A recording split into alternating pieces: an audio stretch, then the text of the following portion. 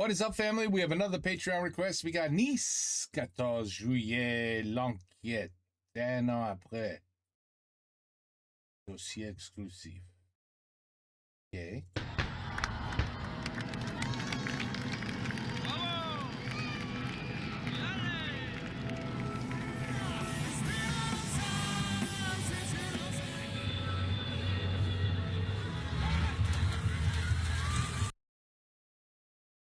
Ah, j'ai vu le... Wow. Je rappelle très bien. Je rappelle pas la date. You guys, I guarantee you remember the date. Je rappelle pas la date, mais ça, c'était sous les nouvelles partout ici. Partout. Tout le monde savait de ça ici. It was all over our news. I think once again, security flipped up, missed something important. This should have never happened. But this is what happens when you let these kind of people stroll our streets, our countries. They only have one agenda, and that's to do harm. It's to do harm. And that's all they do, is inflict pain, suffering, and harm. And then when we say, we don't want you here, people go, oh, ça c'est terrible de dire ça. What do you mean? They have every right to be here. Okay.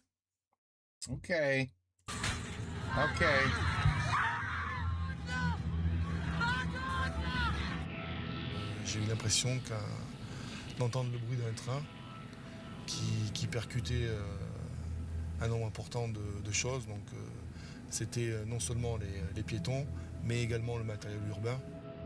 Ce policier municipal est le premier à voir le camion ce 14 juillet 2016 sur la promenade des Anglais. I remember this. C'est lui qui donne l'alerte.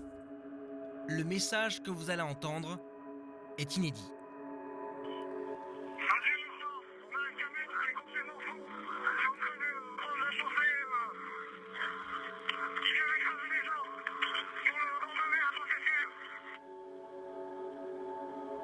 Damn, he actually gave a warning and everything. C'était trop tard. C'était trop tard.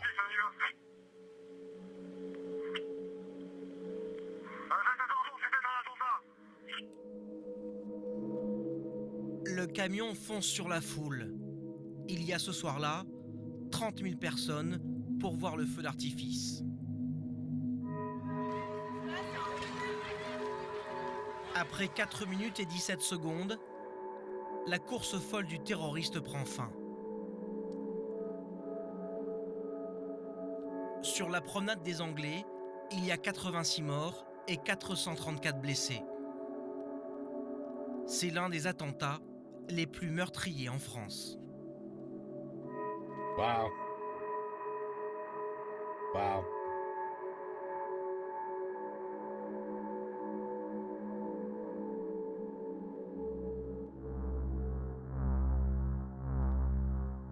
« 14 juillet, début d'après-midi.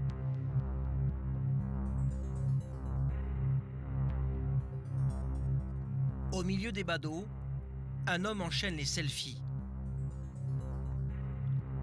À 19h25, il prend ce dernier cliché. Don't call him an homme. Don't call him an homme. Dans moins de 3 heures, ici même, Mohamed Lawesh Boulel. Ah tiens, vraiment. I thought his name was going to be Pierre or Jean. Mais non, c'est pas ça du tout. Je suis très surpris. Va tuer 86 personnes. À 21h34, il rejoint à vélo un camion de location garé à côté de son domicile. Avant de partir, il prend soin de ranger sa bicyclette à l'arrière du 19 tonnes. Il contourne toute la promenade des Anglais et prend cette sortie de l'autre côté de la ville. Le camion disparaît ensuite dans les collines pendant 41 minutes. Où est-il passé ? Aujourd'hui encore, personne ne le sait. Wow. À 22h32, le camion réapparaît. Il rejoint le bord de mer, monte sur le trottoir, feu éteint. C'est à cet instant qu'il passe à l'acte.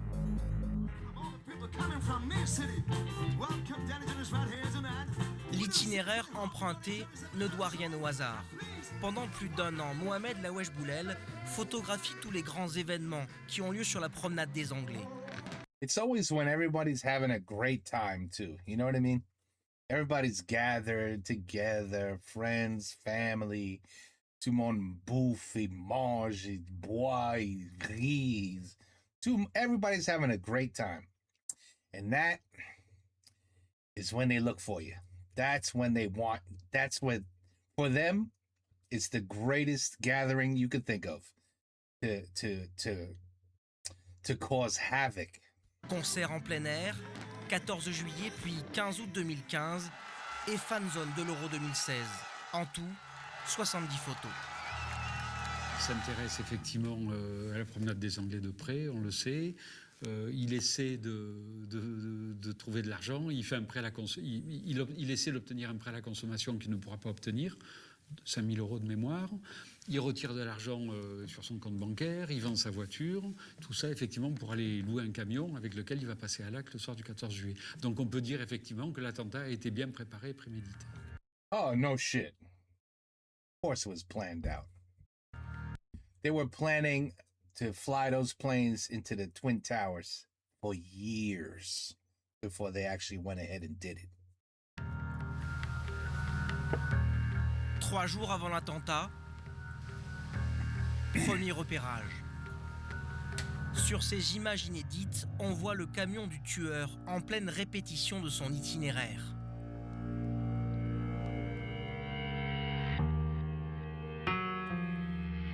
En tout, il effectue 11 repérages sur la promenade des Anglais sans être signalé. Sur le trottoir, sur la voie de bus, avec ses feux de détresse, sans doute pour faire croire à une livraison. Le conducteur a été très malin puisqu'il a adopté l'attitude que va avoir un livreur. Donc en roulant déjà à une vitesse plus que réduite, normale dans le pire des cas, mais vraiment sur une vitesse très limitée. Lorsqu'il va monter sur le trottoir, eh bien, il va se mettre en compagnie d'autres livreurs qui effectuent effectivement des livraisons et il va faire semblant d'effectuer des livraisons. Le 12 juillet au petit matin, il monte sur le trottoir et tente de passer sous une pergola. Le camion est trop haut, il renonce.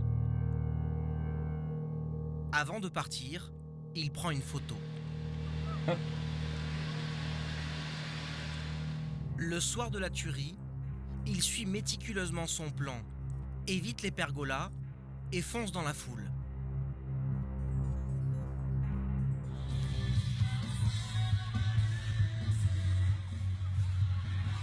That is wow. This vision right here is very, very disturbing. Very disturbing.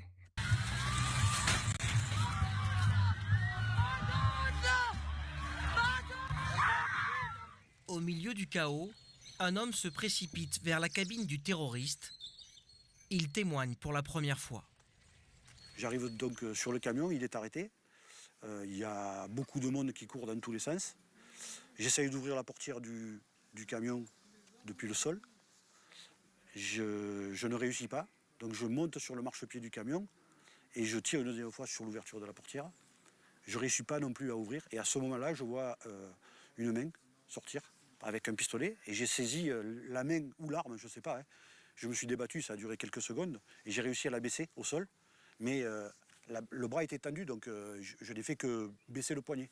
J'ai pas vu plus que l'avant-bras de la personne. J'ai hurlé qu'on allait se faire tirer dessus. J'ai réussi à baisser l'arme. Et quand j'ai vu que je tenais bien l'arme au sol, vers le sol, j'ai sauté du camion et je me suis précipité à l'arrière du camion. Quelques secondes plus tard, il entend 2 coups de feu et croise un policier. Je lui indique que je ne l'ai pas vu, que j'ai vu son pistolet, pour moi, il est allongé dans la cabine. il n'est pas assis, parce que sinon il aurait basculé par l'extérieur, il aurait pu voir ce qui se passait à l'extérieur, qu'il était sûrement allongé sur la couchette, et en m'avançant avec lui, j'y désigne grosso modo l'endroit où je pense qu'il était et où moi j'étais. Et donc après, là, il s'est calmé, il a sûrement réfléchi, et puis il s'est mis en joue et il a tiré sur le camion.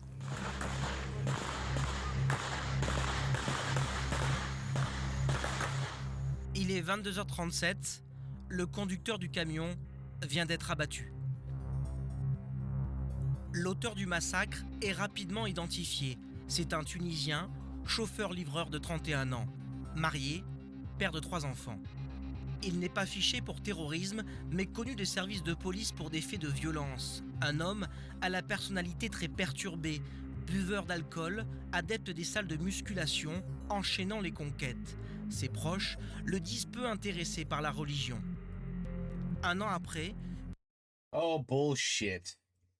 Bullshit, I don't buy that at all. une de ses anciennes petites amies, rencontrée au cours de salsa, se confie. On l'appelait Momo de la salsa. Il faisait beaucoup d'excès dans tout, quoi. Que ce soit alcool ou sexe, quoi. Voilà, il cherchait toujours des partenaires pour danser et et sexuellement, quoi. On ne savait rien de sa vie. Moi, je ne savais rien de sa vie. Je pensais pas qu'il était marié et qu'il avait des enfants. On savait que c'était quelqu'un qui était pas très stable dans sa tête. Hein. Je sais comment il se comportait, mais jamais violemment, jamais il m'a dit quoi. Il m'a parlé une seule fois de religion, au contraire. Peut-être à cette époque-là, il était déjà en train de préparer son coup, hein. Mais jamais on s'en serait douté, jamais. Derrière ce portrait, une autre facette du personnage apparaît. Violent, fasciné par les vidéos guerrières, le tueur de Nice voit son compte Facebook supprimé en 2014. Cette année-là, l'armée française s'engage dans la lutte contre Daesh en Irak et en Syrie. Ça a été le début vraiment de la propagande de Daesh contre la France. Et je pense qu'à partir de ce moment-là, lui, en tout cas, a adhéré. C'est quelque part peut-être parce qu'il avait aussi des failles psychologiques. Quelque part, c'est identifié en fait à ces djihadistes qui mettaient à feu et à sang cette région, et il adhérait à leur thèse. Il trouvait normal. Il ne comprenait pas pourquoi il n'avait pas droit à un État. Nous sommes retournés chez Mohamed Lawesh Boulel, où tout est resté intact depuis l'attentat. C'est ici que Boulel regardait en boucle les images de propagande de l'État islamique. Parfois, il se rendait dans ce cybercafé. C'est là que Gilles Naudou a croisé sa route un mois avant le massacre.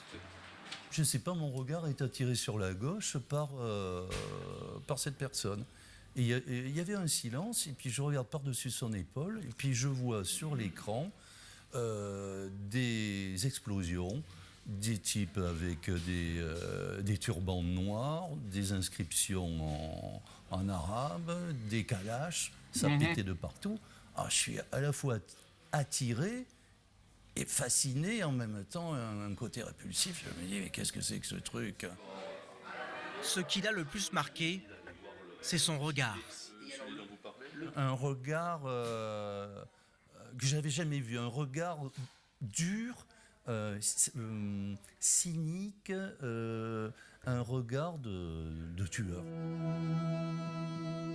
Right there. D'autres ont vu son basculement, mais n'ont jamais alerté la police. C'est le cas de son ami The police would not have done shit. We all know that. Mohamed Walid Grayeb. Les deux hommes se connaissent depuis 15 ans. Grayeb a été mis en examen pour participation à une association de malfaiteurs terroristes.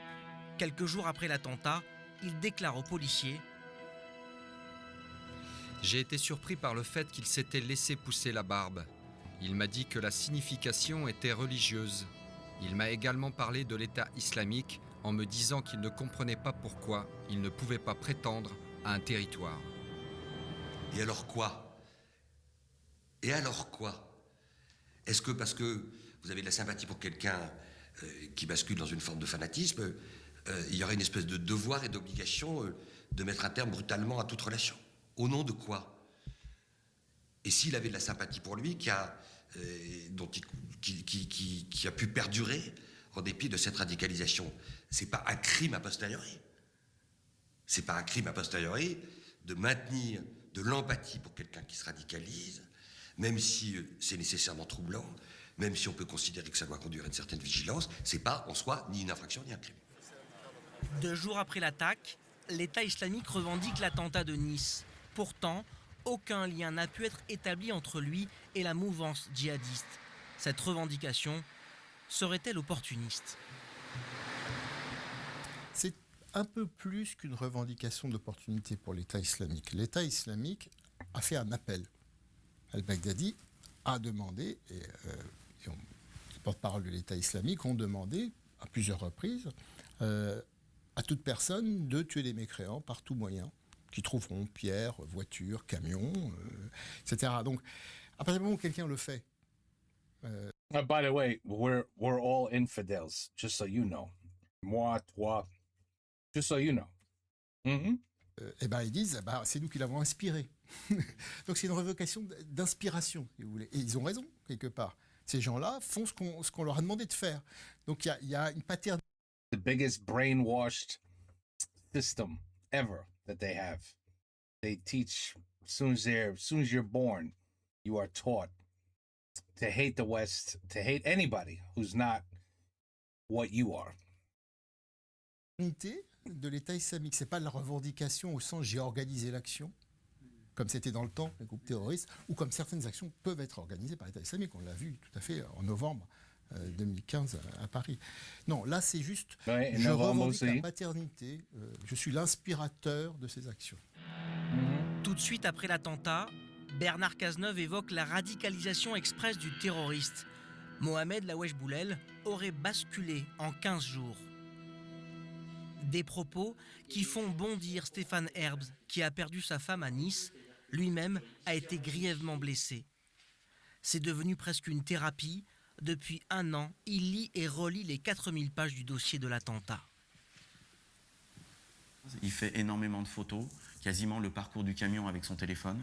Il y a un repérage minuté et clairement, c'est pas de la photo touristique, c'est vraiment du repérage. Et après, on veut nous faire croire que sa radicalisation et le passage à l'acte se fait en à peine 15 jours, 3 semaines maximum. Je pense que c'est complètement impossible. Pour les policiers, aucun doute. Mohamed Lawesh Boulel a été influencé pour commettre son crime. Décrit comme son mentor, Chokri Chafroud est un des personnages clés du dossier. Il est directement mis en cause dans l'attentat.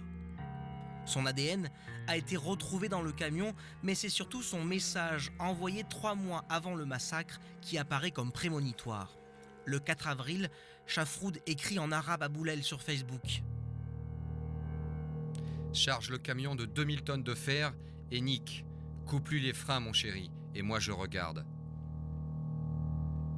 Il a dit ça, mais il a dit ça parce que, pour des raisons qui n'ont strictement rien à voir avec l'attentat, à aucun moment, il n'a souhaité, par ce message qui s'inscrivait dans un contexte totalement différent d'une discussion entre lui et M. Lawesh Boulel, l'inciter, ni même lui donner l'idée d'une quelconque manière que ce soit de commettre les faits qu'il a pu commettre par la suite et qui se sont avérés absolument dramatiques. Mohamed Lawesh Boulel a... What does this all matter? Why does this... I don't even care. I don't even care about this part. Who cares? Really? At this point, you've already made a name for yourself. You know what I mean? Yeah, I already have my label maker, and I've labeled you right across your head. So I really don't give a shit. You are what you are to me, and that's it. Unless you could somehow, in the next 30 years, have not a single event that occurs where I could say, you know what? Maybe they're starting to understand that violence is not the way. Then maybe I'll change my mind. But until then, bam, you got a label right on your forehead.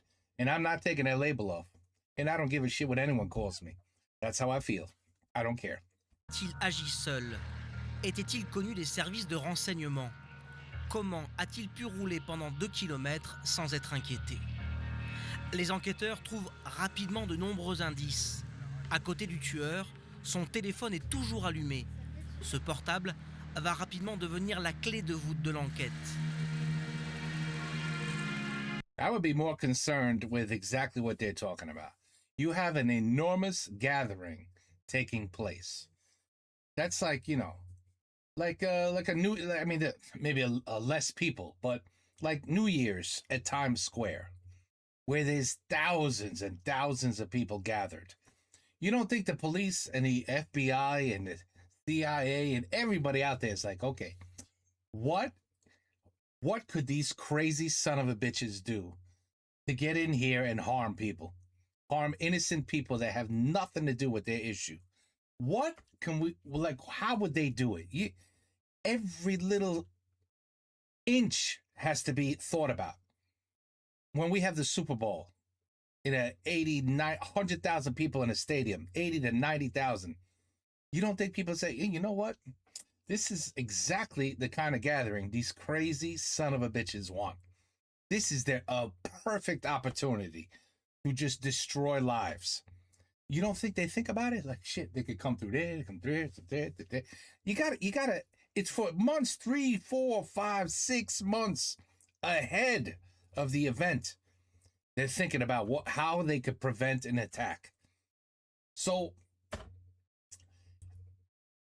this really should have, I don't even know how a vehicle could have even gotten there. It should, like, that truck should have came off the highway and been like, shit, there's nowhere to go. I'm blocked here, I'm blocked there. All traffic's being diverted. Unless I bash through the barricades and make it extremely obvious that I'm here to do harm. What do I do? What the hell do I do? I can't get to this location. I can't get there with my truck. I can't. It's all blocked off. The police and everybody else know there's just going to be people walking on the streets. So that means absolutely zero vehicles can be allowed there. So I don't know how they failed so badly, because it really seemed like I was just a walk in the park. Like, tiens, peut-être je vais aller à droite. Et voilà, je suis là. Voilà, now I just have to go straight and run people over. It just seems very strange. 5 minutes avant l'attaque, Boulel envoie ce message. Ramzi, je suis passé tout à l'heure, au taxiphone rue Marceau. Je ne t'ai pas trouvé. Je voulais te dire que le pistolet que tu m'as donné avant-hier est très bien.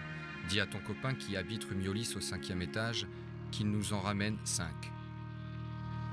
En un seul message, il livre au policier le prénom d'un de ses complices présumés et l'adresse d'un deuxième. Sur Nice, vous avez ce qu'on va dire, on va appeler le groupe des Maghrébins. C'est l'environnement immédiat de la Ouayesh Boulel. Hein. Et puis vous avez le groupe des Albanais, avec entre les deux des gens qui font office d'interface et qui mettent certains en relation avec les autres pour se fournir des armes.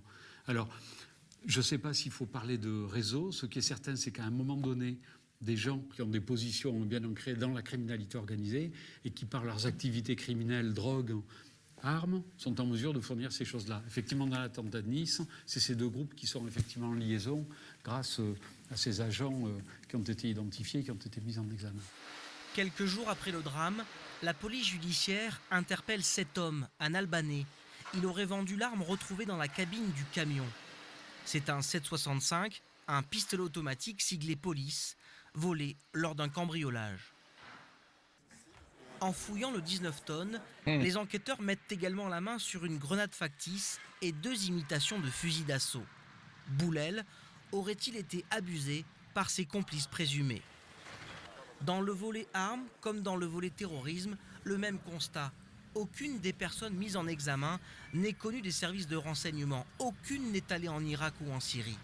Une impression étrange se dégage de ce dossier. L'élaboration logistique de l'attentat témoigne d'un certain amateurisme. C'est une grande nouveauté dans l'histoire de l'antiterrorisme, du terrorisme, cet appel à n'importe qui, y compris à des déséquilibrés. Dans le temps, Al-Qaïda triait sur le volet ses recrues. S'il y avait un dingue, il ne le prenait pas.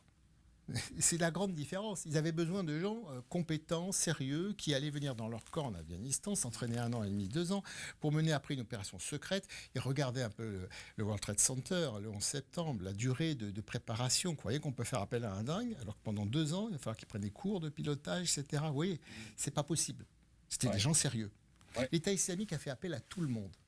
Et avec une doctrine et une propagande minimum, c'est-à-dire un appel à la haine et à la violence. Quand vous faites appel à la haine et à la violence, que c'est le seul moteur, vous trouvez des gens dingues, des gens violents d'abord, des psychopathes, des gens qui sont déjà des criminels, qui ont déjà été incarcérés pour des actes de violence, comme Nemouche par exemple, ou comme Mera, des gens comme ça. Vous pouvez, alors là, Mera c'était avant, donc c'est un peu la bascule, mais vous allez nécessairement, avec cet appel à la violence, attirer des gens qui aimeraient passer à l'acte, qui aimeraient passer à la violence, qui n'attendaient que finalement qu'un signal, quelque chose qui les crédibilise, qui leur donne une aura dans ce passage à l'acte. Au soir They're still crazy.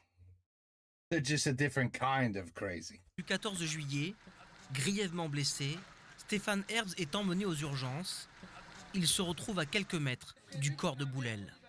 Donc on me soignait assez rapidement les plaies, une nouvelle piqûre de morphine. Et sur le côté, j'étais en PLS dans une coque. Sur le côté, je vois donc des gens, je pouvais penser à des militaires, mais en fait c'était des policiers, vêtus de noir, vêtus bien armés, avec de grosses protections. Et au milieu, dans le souvenir, un corps noir, vêtu de noir. Du sang de partout évidemment. Et ce que j'ai entendu, c'est donc un des médecins demandait s'il pouvait le transporter le corps, l'enlever. Et la réponse d'une des personnes, des policiers visiblement, c'était de dire oui, vous pouvez aller, on vient de le fouiller. Il n'a pas de gilet explosif, on craint rien, il a que des couches de vêtements. Ce qui est évident à mes yeux et ce qui sera prouvé par l'enquête, c'est certain, c'est que sa volonté c'était de foncer sur la promenade, faire le plus de mal possible et de repartir, soit de profiter de l'émeute, soit de profiter de la peur, changer et retirer vite quelques vêtements et repartir. Une hypothèse envisagée par les enquêteurs et qui expliquerait pourquoi Boulel a chargé son vélo dans le camion. Yes, I was saying to myself, at this image here, when he put the bike in the truck, that I was saying, why are you bothering? Who gives a shit about the bike? You're never going to ride a bicycle again after you do what you attempt to do. Because you got about a 95% chance of being dead, being killed, doing what you're about to do. So that explains it. He put it in there thinking somehow he would have a chance to get out of this truck with nobody around, change clothes, and ride the bike into the sunset. Yeah, sure. Yeah, sure. Mais il y a une autre hypothèse. But it tells me he wasn't suicidal. Celle de la préparation d'un deuxième attentat. Le terroriste a envoyé plusieurs SMS évoquant une série de chiffres, 1508, la date du 15 août. Autre message troublant adressé à ses complices présumés. Chokri et ses amis sont prêts pour le mois prochain. Dans un dossier, vous avez des faits, et les faits peuvent être susceptibles souvent d'interprétations différentes. Donc il faut aussi être prudent par rapport à ça. Et je pense que dans un dossier, en termes judiciaires, il faut fonctionner lorsqu'on a les preuves qui permettent d'être sûr de ce qu'on dit. Et jusque-là, toutes les interprétations peuvent avoir cours, et tant qu'on n'a pas des preuves formelles, c'est toujours délicat de choisir les unes plutôt que les autres. Moi, je suis toujours très prudent par rapport à ces choses-là. Un an après l'attentat, il reste de nombreuses questions sans réponse. À ce jour, 9 personnes sont mises en examen pour assassinat en relation avec une entreprise terroriste, complicité d'assassinat, infraction à la législation sur les armes. Les familles de victimes attendent un procès dont la date n'est pas encore fixée.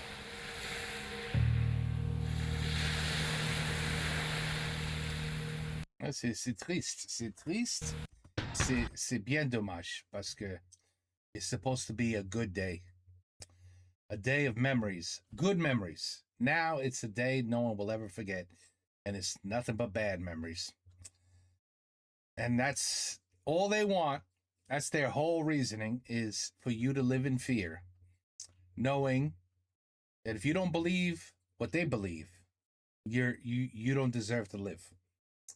And that's all I gotta say, because I could say a lot more. But there's so many people.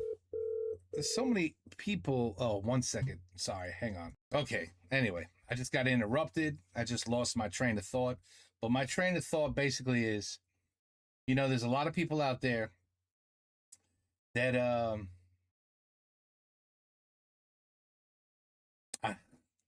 you know, it's very hard because, again, it's a small percentage. It's a small percentage.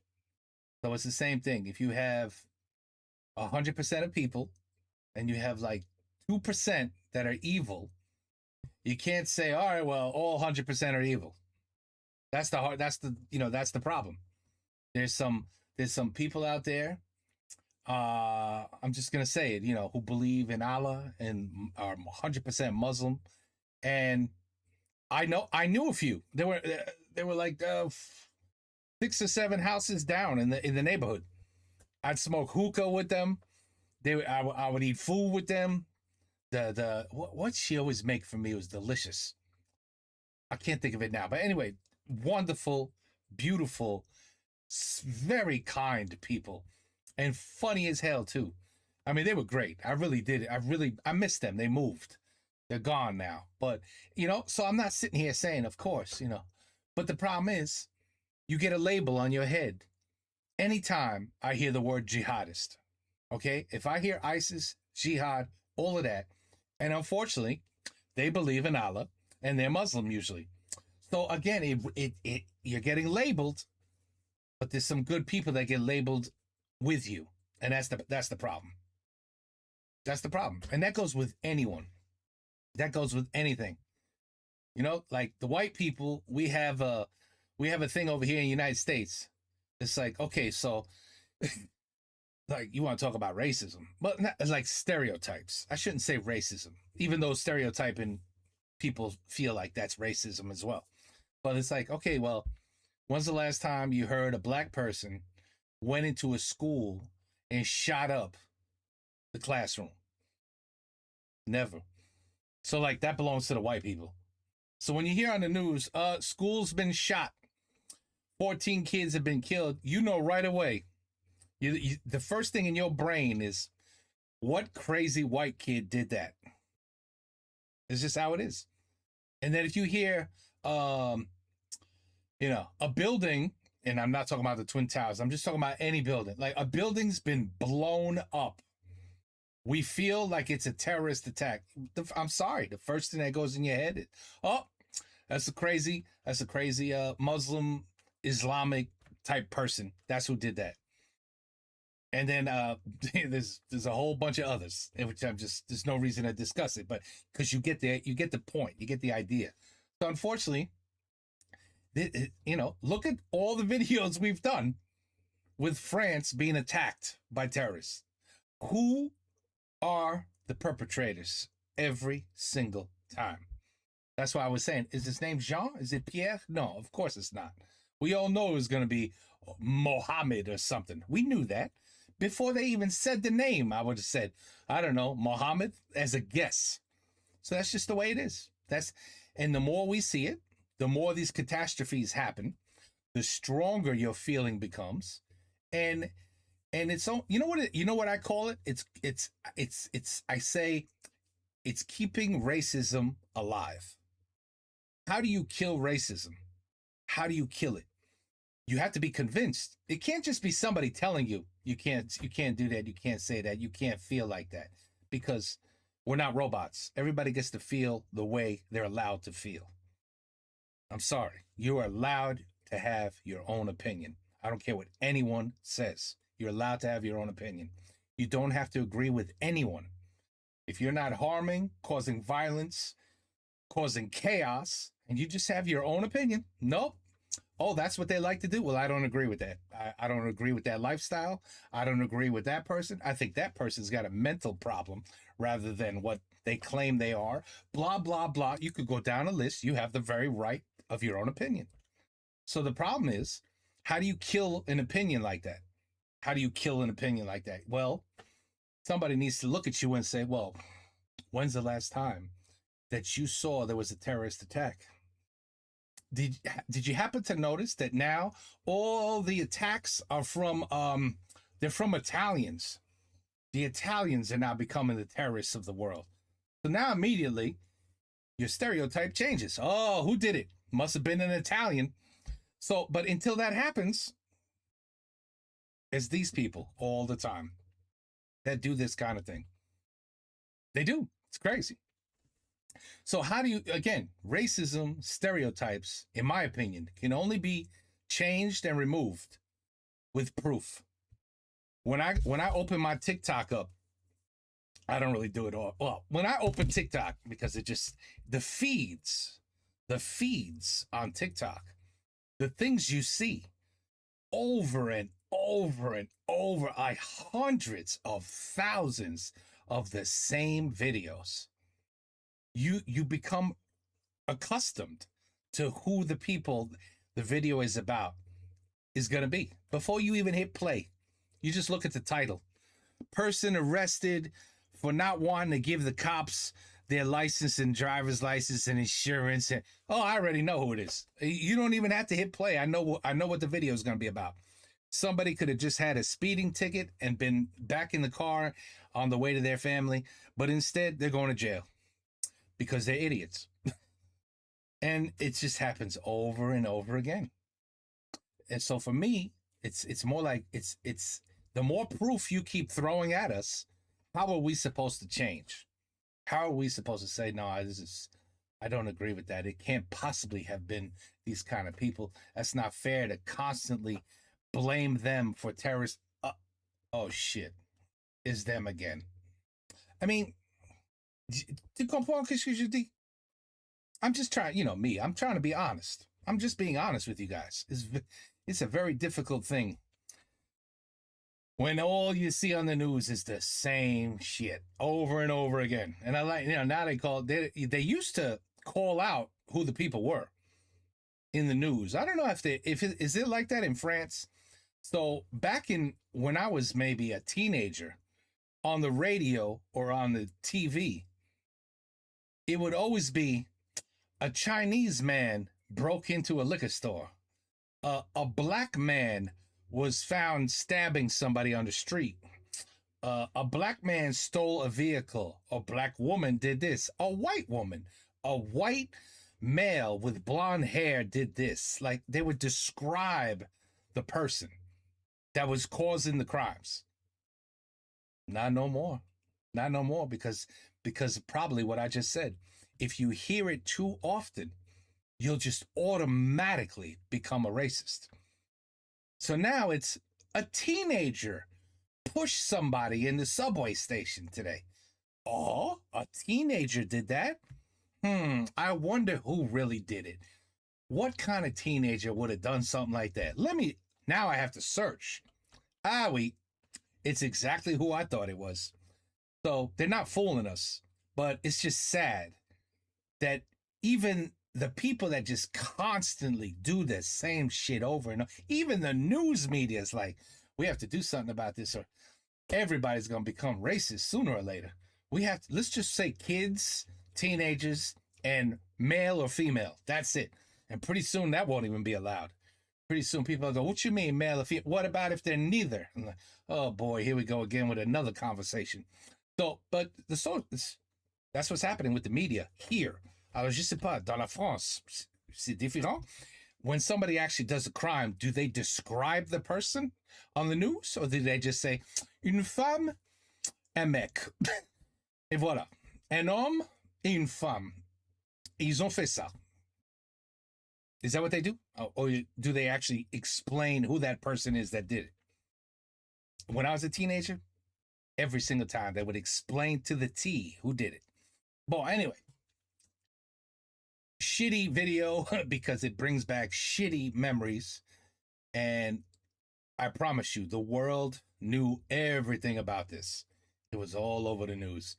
As soon as I saw the truck in the very beginning, bam, it all came back to me. Terrible, terrible day. Anyway, I guess all of our videos can't be de bonne rigolade. Pas tous. And you know what? I don't want them all to be, because then it just becomes the same shit, believe me, I love laughing, and I think laughing is great for your health. I really do. C'est bon pour la santé. Mais des fois, we have to get serious and talk about topics and things that, you know, c'est pas une rigolade, c'est pas amusant. Et des choses comme ça. Take care. Peace out. À la prochaine.